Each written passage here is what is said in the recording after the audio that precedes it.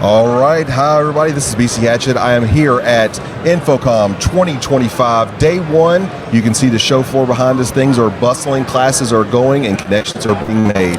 We are here this morning with John Hulen from Crestron. John, how's it going today? I am terrific, BC. Thanks for having me. Awesome, good start of the show so far. It is. Our booth was packed this morning. It's right near the entrance, so we get that immediate flow of people. I don't think I've ever seen a Crestron booth that was not packed. Like, you all have like the busiest booth besides the HETMA booth every year. That's right. A second only to you guys, I think.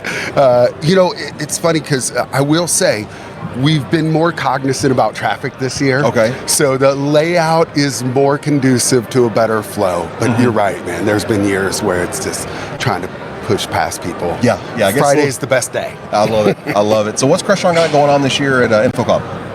Well, I guess I should start out by saying our overall message. Our overall message is the 3 C's. It's content, collaboration, and control. And we really just want to highlight those because that matches what our tech stack is. And we have nearly 2,000 SKUs that go around content, collaboration, and control. Okay. So if you think about it, it's content, and I think of, that's content distribution. Yes. It's NVX, it's even HD-based T with DM Essentials, and it's getting the signals you need, audio, video, and USB where you need them. Okay. Collaboration is Flex and Air Media. It's about hybrid learning. It's about remote, students, high flex. It's about bringing Teams rooms and Zoom rooms experiences into the classroom, as well as making sure equity is for, we look at equity and often we think that it's just the same thing across every room means equity. And that's not equity. Equity is making sure that each student has the right experience for where they are. Exactly. And so I'm excited about that. So in collaboration and then control, just reminding people, we give you the easiest way. We got button panels. Now there's a few new button panels we'll talk about. There's touch screens. There's large touch screens with graphics engines, and then there's third-party touch screens with the graphic engines that you can still do stuff. You've got your hardware, your software, that's everything right. there. Software control, and then control from a management standpoint all the way up in the cloud, Fleet Fusion or XIO Cloud.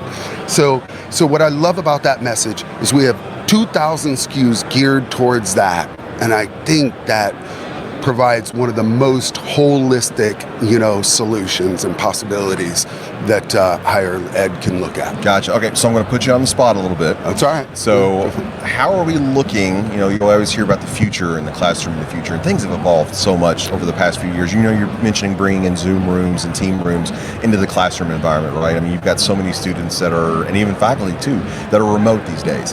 How do you all foresee that continuing on? Are we looking at maybe a little bit of a pullback from that? Like, how are we looking on that front?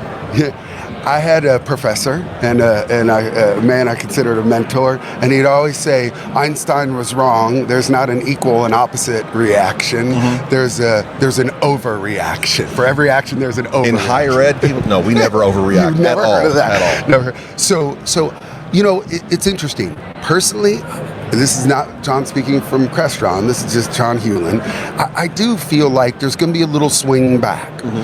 Especially professors and faculty don't feel strongly that you don't get the same experience. I gotta say, I see this tension between 21st century learners and that mindset.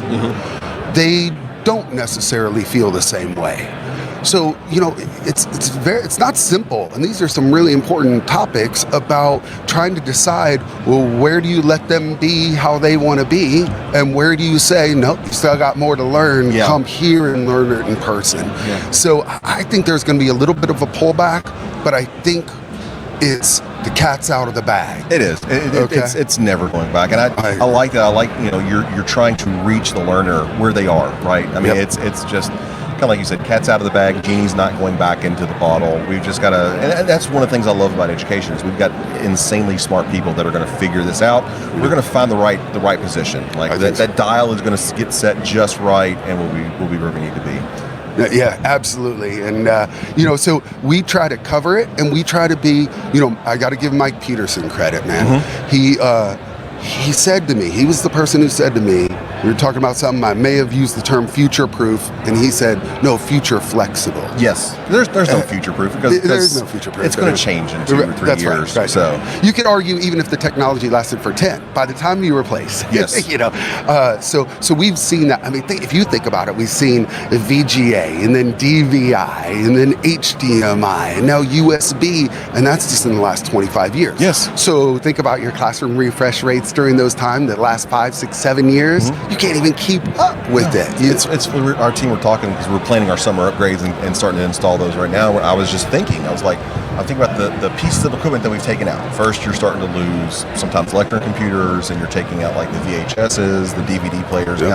Now we're up to taking out Blu-ray players because those. I remember when those were still new into. I'm kind of dating myself. Kind of new into the classroom environment. But I'm thinking we're taking these things out, but now we're adding in ceiling array microphones. We're adding in cameras. We're adding in more collaboration. So it's that constant evolution. Always a little bit of a twist, a little bit of a turn on how it's going to be used. So I like Mike's term so much, future flexible. That's what I want to use, and I think that's what we're about. So the theme this year is content, collaboration, and control.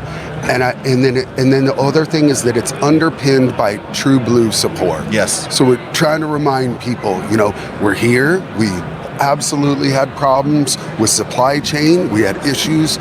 We faced those and overcome. But now it's getting back into innovating and making sure people understand we want to be exceptional, and no matter what it is product development or interaction with our partners and things like that. And I think I saw a message too. Y'all just reworked True Blue, didn't you? The support side. So yes. So now actually it's a great point, because product aside, you could go on the website and check out the new product or whatever. If you have a login as an A+ partner for Crestron, you can go to our True Blue and you can see your training history. You can see some new updated material and things like that. So it's kind of this new portal that you can get into, and you can request an RA directly from there, and so on. So we're trying to build out these, more customer and user-facing mechanisms to make it as easy as possible. Very cool, John. Well, appreciate the time today. I know you guys are swamped. The show floor doesn't stop until 5. How can people get in touch with you and find you if they're here? If they're here, I'm John Hulen. Come by the booth, Crestron booth. It's booth number 2300. And my email is jhulen, JHULEN, at crestron.com. And come by and check it out, because it's 9,000 square feet of fun, nerdy stuff. That's what we love. That's what we're all here for, the fun, nerdy stuff. So, John, thanks for joining us today. Again, I'm BC Hatchett. This has been the Higher Ed AV Podcast, live at InfoComm 2025 at the HETMA booth, which is 4887. Thanks.